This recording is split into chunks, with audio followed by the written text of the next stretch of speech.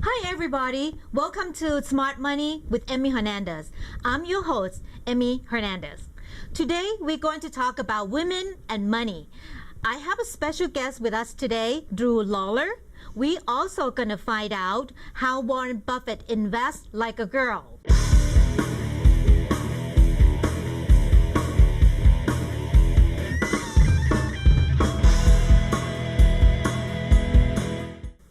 Okay, everyone, we're going to talk about women and money today.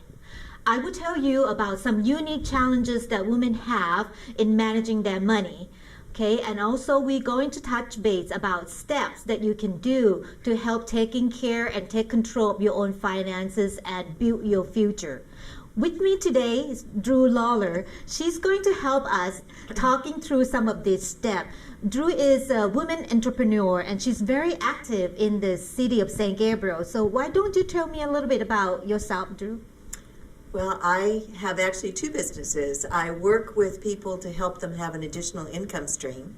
And I also work with interior designers in business coaching, because part of the big problem is most interior designers had no business or financial background when they started their businesses. That's great. That's why you are a perfect person to help me in these sections right here. You know, I've been working with retirees for many, many years. I've worked with both men and women. But the problem when I sit down with women retiree, a lot of time we come up with, you know, a little bit less saving than the men counterpart.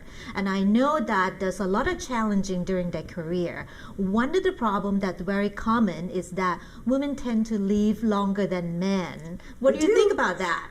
I think it's great. No, it's got its downside though, and the biggest downside I think is financial. Well, the live longer part, that means more money that we need, right? A lot more expenses in the long run. Another thing that I noticed, and this you may help expand this a little bit, because in business, for me personally, I am very fortunate because I never had to interrupt my career, you know, during the time that I'm building up my career. I have no interruptions. However, I've seen that some women, they have to stop, right? Because maybe with family, taking care of mother-in-law, father-in-law, or even little children, right? So they have to do that. Have you run into that in people that you're coaching with? I do, and actually personally, because I took care of my parents. And I was lucky enough to have a career that could be somewhat flexible, but I did have to make some changes. And yes, I know plenty of other people that have had to. I have a friend whose husband developed ALS, and so that was relatively early in his life. They thought they'd have a lot more years together, and she has been trying to manage her business, her interior design business, and still take care of him. Okay, so what is the likely impact of that once you interrupt your career?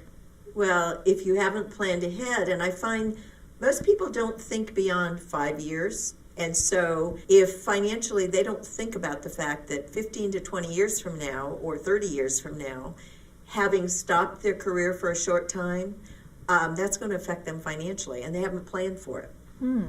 That's interesting, and that's why it's important for you to kind of plan it. Is that because maybe also another thing that women tend to the nurturing nature, so they try to take care of stuff at home and they become dependent to their spouse counterpart in almost everything. Do you think that's also true? Well, and I do see that, and I guess it surprises me because I didn't come from that kind of background. But I have a friend that I know from church, and I mean, her husband died sooner than was expected. I mean, he was ill and passed away quickly, and she had never driven. And yet she's just in her 60s. And so she's in that house, but she has to have somebody help her to get to church, to go to the marketing, which relies on her kids. She's active as she can be, but she doesn't drive. Wow, that's really interesting. And she didn't do that much, I don't think, as far as dealing with the finances. So again, she said to have people kind of come in and step in and work with her on that. Yeah, and I can second that, because a lot of my clients, after their husband passed away, the women kind of like got left in the dark, don't really understand. Some may have never paid bill before, or don't know all their investment, where is it? The money, where's the portfolio, where's the money come from? Another interesting thing, and maybe you can say a little bit about that. Does women feel less confident when it comes to investing? I think sometimes they haven't thought about it. I mean, there's some of us that find it so interesting that we want information about it, but I think a lot of times they've been focused in other areas and they haven't really thought about it. And again, it was more financially related, obviously, and so they just kind of left it to someone else, whether it was their husband or even if they had a financial advisor, they didn't take the time to talk to that financial advisor and learn more about it. Yeah, so maybe just didn't take the time, less opportunity to be educated about that. So that's why they kind of lack confidence a little bit. They don't want to make a decision because maybe afraid of making a mistake. And I found that with that, they tend to end up with less money. They invest too conservatively. They don't take. Oh, that's a good point. Yeah, they don't take, enough. Well, not doesn't mean that risk is good, but you have to keep up with inflation, right? By being too conservative, I seem that women portfolio may end up with less money. Well, and the other thing you were talking about them being more nurturing, and sometimes they've been with maybe a financial advisor or somebody was helping them with their finances who they weren't intentionally doing a bad job, but they weren't doing a great job. But the woman didn't want to hurt their feelings. And so I think a lot of times they don't make some changes and take control of their finances. They just kind of let it slide, and it might be a family member. Okay. Right. So that may be also because of the nature of the woman. So you tend to be more generous. And even though some people make a mistake, when you work with relationship with advisor, they make a mistake, but you tend to be so much forgivable and say, oh, well, that's okay. But, when planning to future retirement, it's their money. Exactly. So they need to go further. You need to. Yes, Drue. And when we were talking about women get, interruption during the career, you work with a lot of interior designer who's women, right? Most of them. Is there something like that come up often in your coaching? It does. They don't often plan ahead, but one of the big problems is that a lot of times they look at what they do as more of a hobby because they love what they do and they feel guilty charging for it. And so they don't look at the fact that they should be showing a profit.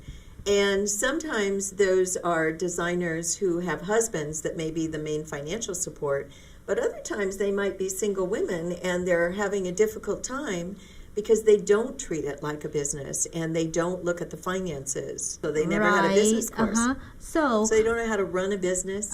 They don't know how to show a profit. Yeah. And so consequently they don't. And a lot of them don't even look at the fact that they should be building their business to sell it. There you go. See, and then that gives them a financial future that they can count on. But they've never thought about it. If you mention it, they just figure they'll close the doors and leave. Well, that's kind of leaving a lot of money on the table. It is. Isn't it? Oh, it is. Yeah. Because you can build your income. Put all of that income into that business. That's right. Okay. As well as your expertise and if it has your name on it, it's hard to sell. So they need to plan ahead for that.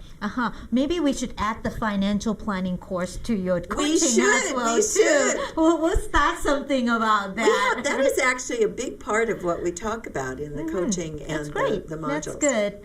Yeah, so you know what? This is very interesting. We're going to have to come back and talk more about that later. Let's take a quick break. When we come back, I want to talk to you about some steps that you can do to take control of your own financial future, despite all these challenges that we talked about just a minute ago. So don't go away. We'll be right back.